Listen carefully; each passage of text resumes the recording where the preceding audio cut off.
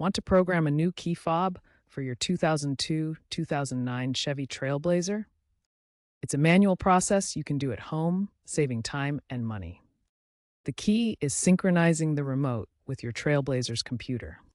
You will need the key fob you want to program and access to the vehicle itself. Make sure to have your key on hand. It's also important to be patient and follow all steps carefully. First, ensure your TrailBlazer's battery is fully charged to avoid interruptions during programming. Insert your key into the ignition switch. Rapidly cycle the ignition from off to on position about 10 to 15 times within 10 to 15 seconds, but do not start the engine. Once cycling is complete, the vehicle should enter programming mode, indicated by the door lock cycling. Press and hold both the lock and unlock buttons on the new key fob simultaneously for about 15 seconds.